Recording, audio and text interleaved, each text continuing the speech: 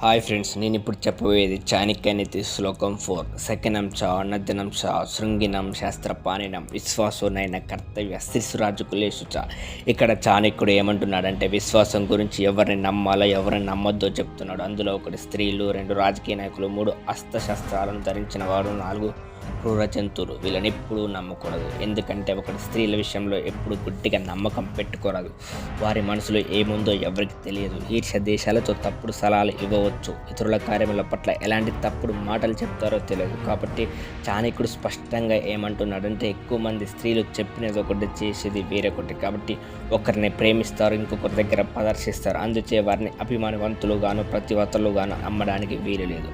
2 రాజకీయ నాయకులు అధికారంలో ఉండటం వల్ల ఎత్తులు పై ఎత్తులు వేయడంలో మునిగి ఉంటారు. కాబట్టి వాళ్ళ కిందే ఎంతోమంది అమాయకులు బలిపశువులు అవుతారు. 3 అస్త్రశస్త్రాలను ధరించిన వారిని ఎప్పుడు నమ్మకూడదు. వాళ్ళ స్వార్థం కోసం ఎప్పుడు మోసం మాటలు చెబుతూ ఉంటారు. కాబట్టి వీళ్ళని ఎప్పుడు నమ్మకూడదు.